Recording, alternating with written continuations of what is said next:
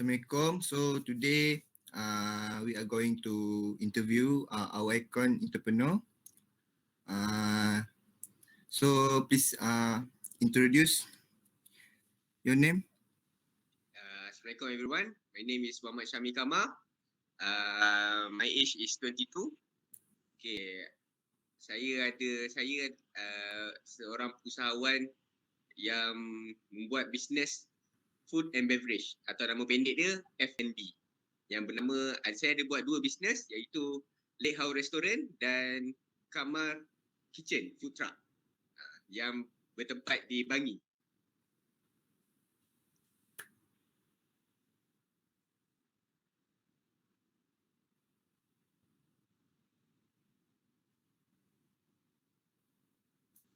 Okay, faham. Sejarah company saya ceritanya bermula dengan bisnes family saya. Bermula dengan Dewan Pembina yang bernama Kadang Avenue.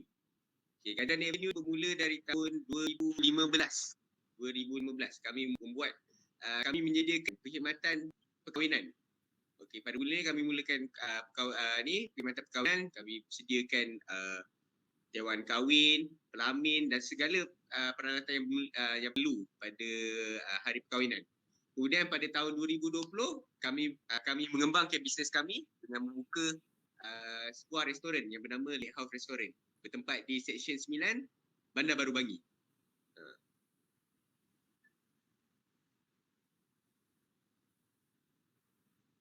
Okey, untuk misi company saya adalah saya ingin menjayakan bisnes saya iaitu Lake House Restaurant dengan modul saya iaitu buffet brunch. Buffet brunch bermaksud breakfast campur lunch. Jadi di Malaysia ni kita agak kuranglah mendengar tentang brunch. Tidak ramai yang membuat bisnes brunch kerana mereka rasakan bisnes ni adalah satu bisnes yang memakan duit dan menggunakan kos yang tinggi. Tapi saya yakin dengan buffet brunch ni akan membuatkan restoran saya terkenal dan membuatkan ekonomi negara meningkat. Dan visi saya pula adalah saya ingin membuat restoran, saya ingin membuka franchise. Apabila saya berjaya nanti saya akan membuka franchise kepada kepada golongan-golongan usahawan yang ingin membuka membuka restoran yang di bawah naungan Lake House Restaurant.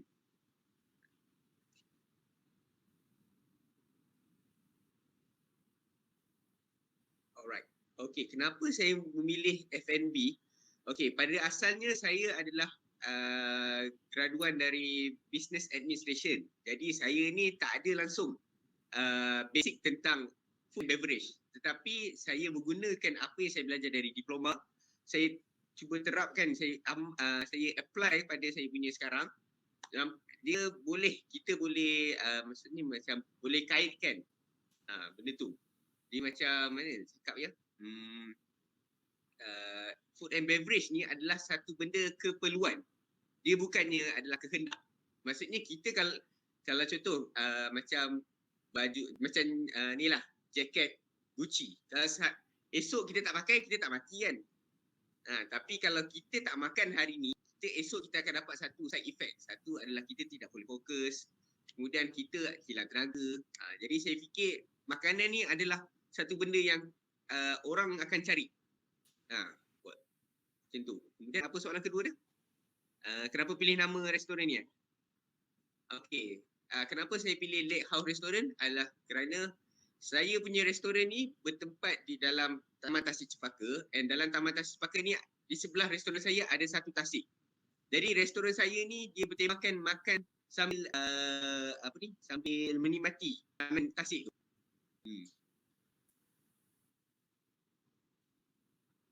Alright. Okey, sekarang saya cara bisnes apa? Dia ada partnership ke apa? Alright. Cara saya bisnes adalah saya adalah sole proprietor. Tak salah saya sebutan dia. Saya lupa macam ni, tapi saya adalah sendiri. Partnership, saya tidak ada pertolongan daripada kerajaan ke apa. Saya adalah swasta dan sendirian. Solo lah. Solo. Apa kelebihan atau kelemahan dia hasil macam ni? Okey, untuk macam apa yang saya dah rasai sebab saya dah dalam bisnes ni dah setahun lebih. saya rasa apa yang kelebihan dia adalah saya boleh membuat keputusan saya secara sendiri. Maksudnya saya macam tidak perlu ada macam, memang betul saya kena ada buat satu meeting untuk saya tanya dengan saya punya customer, bukan dengan saya punya staff. Saya kena tanya apa pada saya ubah, apa saya baik. Tapi tentang macam sesuatu projek baru, saya boleh fikirkan. Saya tak perlu saya kena buat meeting ramai-ramai, saya kena apa ni, bertukar-tukar pendapat. Kadang-kadang kita pun manusia kan, kita ada punya ego, kita nak kita punya apa ni panggil, kita punya usaha kita sendiri tu nampak. Kita ada rasa macam saya nak buat macam ni, saya nak projek saya jalan macam ni. Kekurangan adalah dia agak memenatkan. Dia agak memenatkan sebab kita solo, kita satu orang. Kita pula macam kita ni orang muda, kita masih lagi macam kita ada rasa nak have fun, kita rasa nak lepak dengan member kan. Kita kat situ kita rasa macam kita kalau tak buat sekarang ni tak apa pun, tapi tak boleh. Kita kena buat juga sekarang sebab benda ni yang akan membagi kita makan pada masa akan datang. Kekurangan satu, kekurangan yang kedua adalah macam yang solo ni, dia macam kita bila kita ada satu kita susah minta pendapat. Sebab kita solo, kita seorang je. Kita satu bos. Kita macam apa kita punya next move kita. Bila ada something happen kat kita, apa next move? Kita dekat situ kita akan agak macam stuck sikit. Okey. Yang business tu duit apa dari mana? Loan ke saving?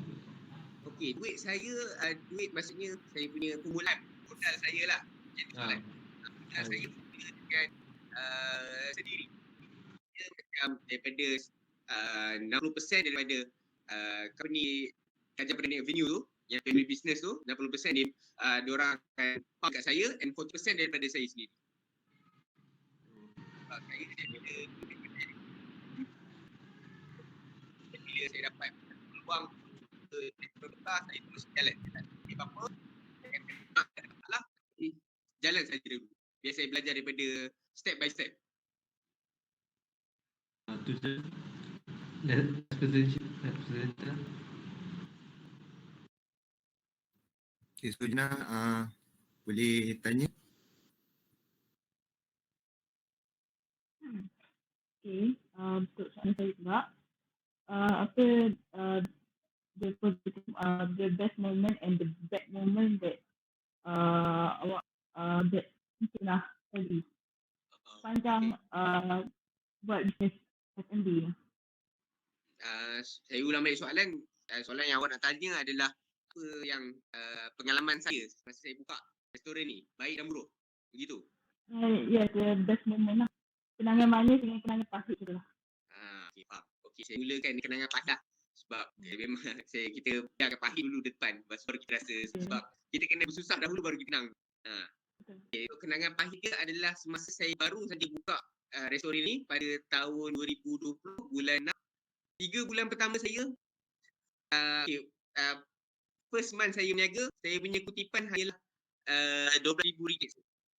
Sangat rendah untuk RM12,000 sebab saya mempunyai hampir 12 pekerja. Dan kalau average satu pekerja RM1,500, kalau 10 saja RM15,000. Jadi dekat situ saya dah tanggung kerugian. 3 bulan saya tanggung kerugian. Saya tapi yang itu untuk kenangan pahit saya lah. Saya punya 3 bulan tu saya memang struggle habis-habis. Saya konsisten. Setiap hari saya posting, setiap hari saya saya buat marketing, macam-macam saya buat. Wah, saya ingat RM20,000. Itu saya salah satu saya punya zaman ketuhan lah. Okay. Adalah kenangan pahit saya. Dan kita next kepada kenangan manis saya adalah masa saya first time saya buat buffet breakfast. Sebelum datang buffet brunch ni, saya buat buffet breakfast dahulu. Buffet breakfast saya adalah orang boleh kata masuk akal. Kenapa tak masuk akal? Sebabkan buffet saya ni saya buat RM9.90 sekepala. Tapi saya buat ada lebih 60 jenis menu. Orang pun pelik, kenapa ada 60 jenis menu? Ada macam-macam makanan. Ada mi goreng, ada nasi goreng, ada scrambled egg, ada roti canai, macam-macam lah. Sebab kedai saya ni saya jual Malay cuisine. Ada Malay cuisine. Tapi masa buffet breakfast tu saya ada buat western, saya ada buat Chinese, saya ada buat Malay, saya ada buat Indian. Macam-macam saya buat.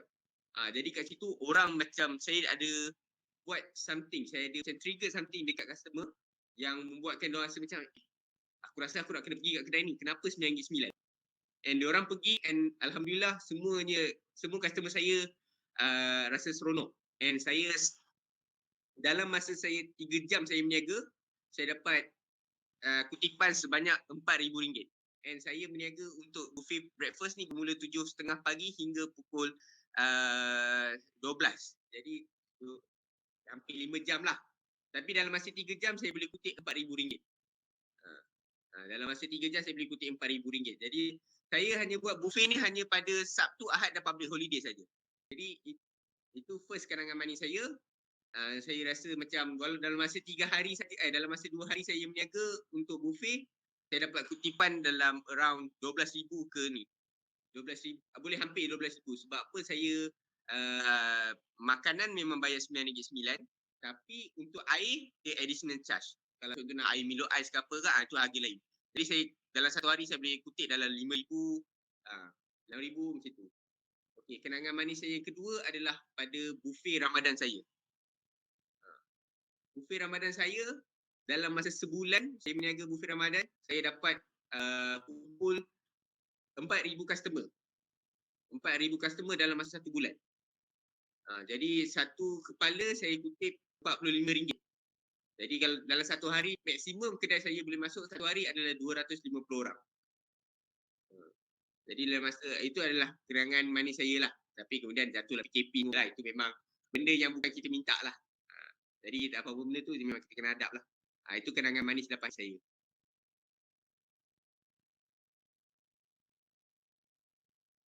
Okay. So, for the question gitu. It was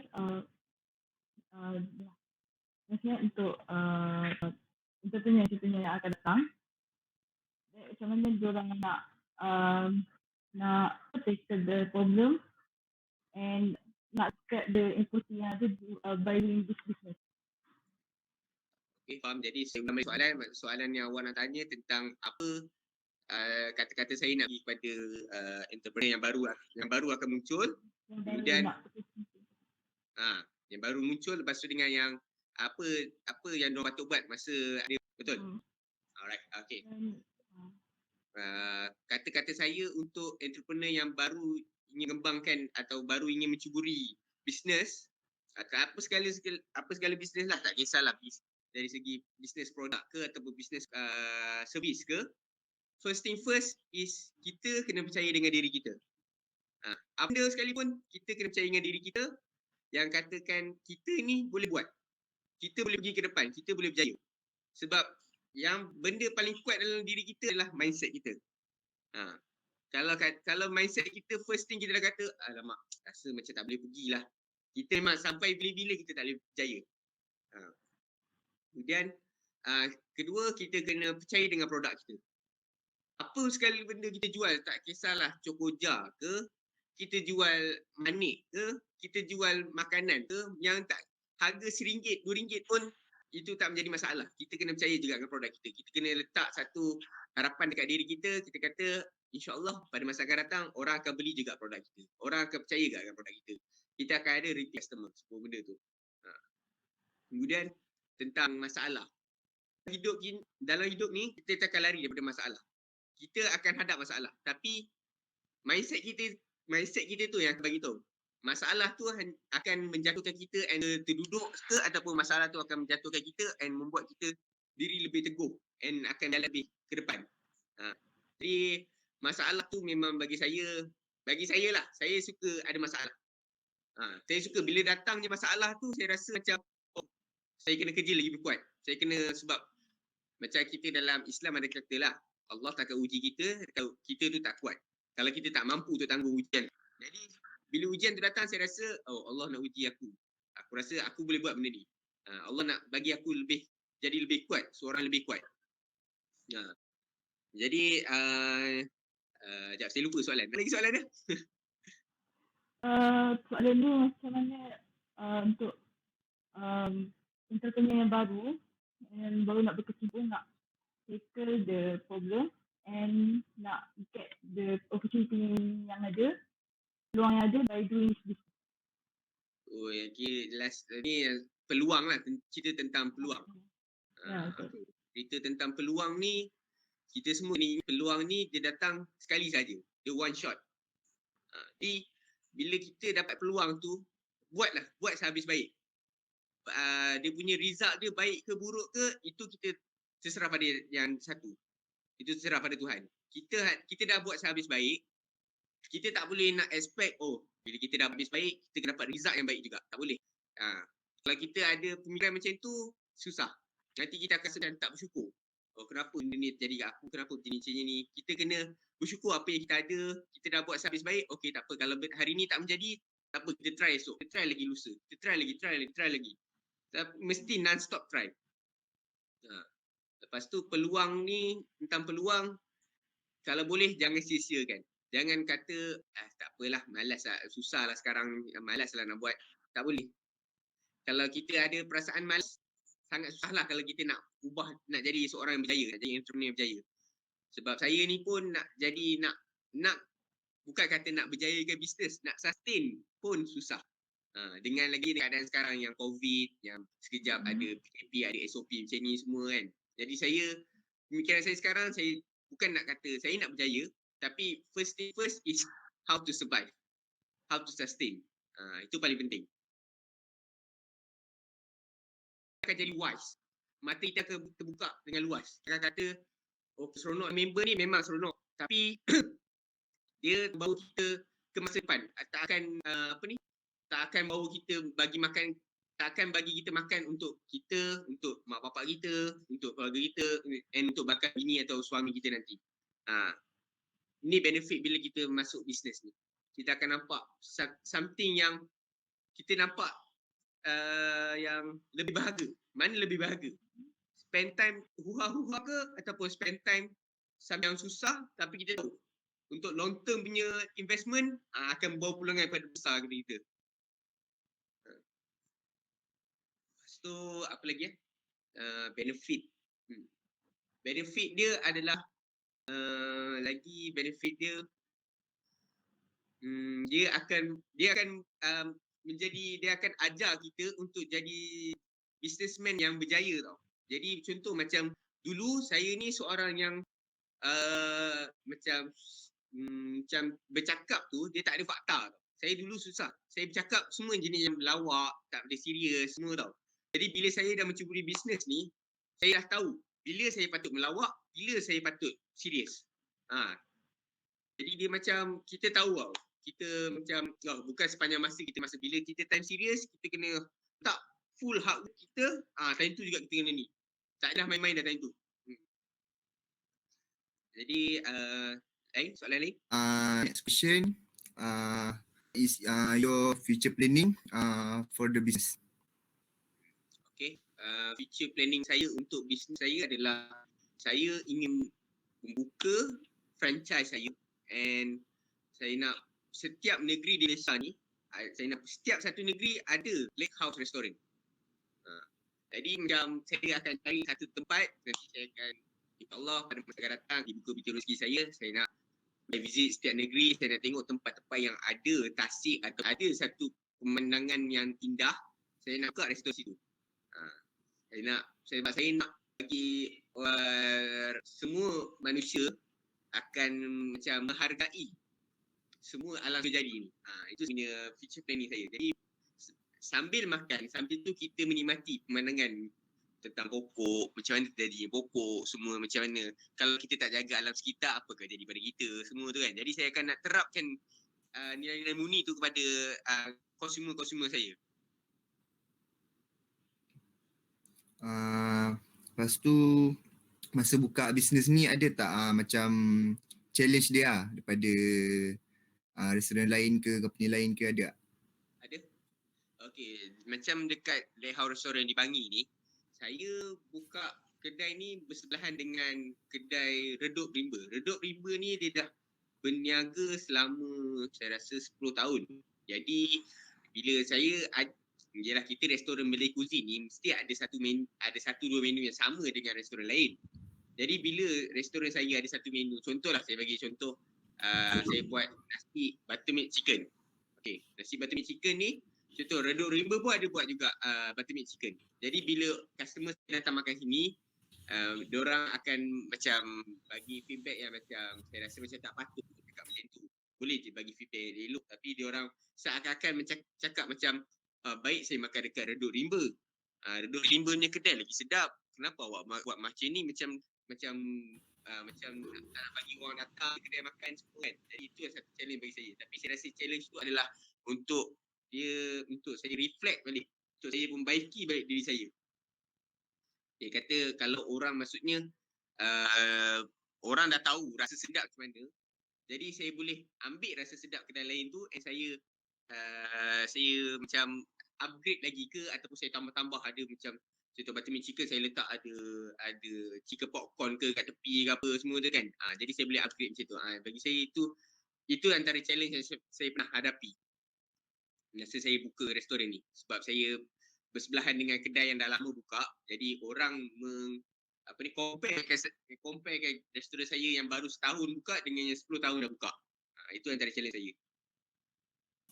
Okay, last question. Selama buka bisnes, ada tak buat macam charity ke, macam bagi derma ke, sedekah macam tu lah? Ada. Saya dah bisnes, sambil tu saya beramal. Saya punya konsep saya macam tu. Macam baru-baru ni, macam di food truck saya ada buat satu amal jariah, iaitu infak kepada frontliner. Selalunya kita biasa dengar infak kepada anak-anak yatim, rumah orang tua. Tapi baru-baru ni saya telah melancarkan satu projek baru, iaitu infak kepada frontliner. Jadi saya wawarkan kepada semua warga ni, saya kata kepada siapa yang ingin sedekah kepada frontliner, nak sedekah kepada pembawa van, kepada doktor, nurse semua tu kan, boleh berhubung nombor company Lighthouse Restaurant. Saya akan buat, kami ada buatlah makanan contoh macam nasi ayam goreng kunyit, daging kunyit, lepas tu sotong, udang kunyit, lepas tu ada burger.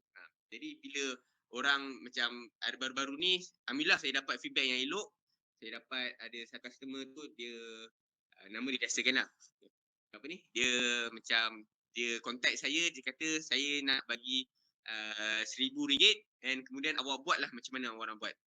Maksudnya dia tak ingat kata hari ni saya bagi RM1,000, saya tahu esok habis dah RM1,000 tu. Dia kata biarlah sedekah ni berlanjutan. Maksudnya minggu dua kali sampailah habis RM1,000 tu.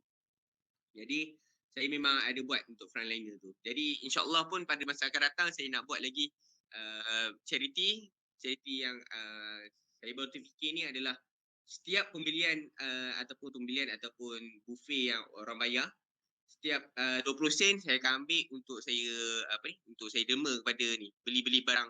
Saya tak akan bagi derma macam duit. Saya akan bagi barang-barang keperluan. Contoh macam beras, saya akan bagi susu anak, saya akan bagi apa lagi, macam-macam lah keperluan rumah, keperluan dapur. Saya akan bagi macam tu. Jadi dekat situ sometimes orang yang susah ni, diorang sebenarnya tak nak pun duit, diorang cuma nak barang-barang keperluan. Sebab kadang-kadang cuma macam hari yang kena COVID kan, diorang buat apa kalau ada duit pun boleh nak keluar semua kan. Jadi kat sini bila kita ada satu projek amal jariah ni, kita akan memudahkan urusan hidup orang lain. Itu saja. Okay, tu je soalan. Okay, semoga Abang Syah kita ni dimurahkan rezeki. Semoga maju jaya dalam bisnes, apa yang buat dalam bisnes semua. Dan terima kasih sebab sudah luangkan masa untuk kita orang interview. Okay, terima kasih. Sama-sama. Lagi. Terima kasih ya.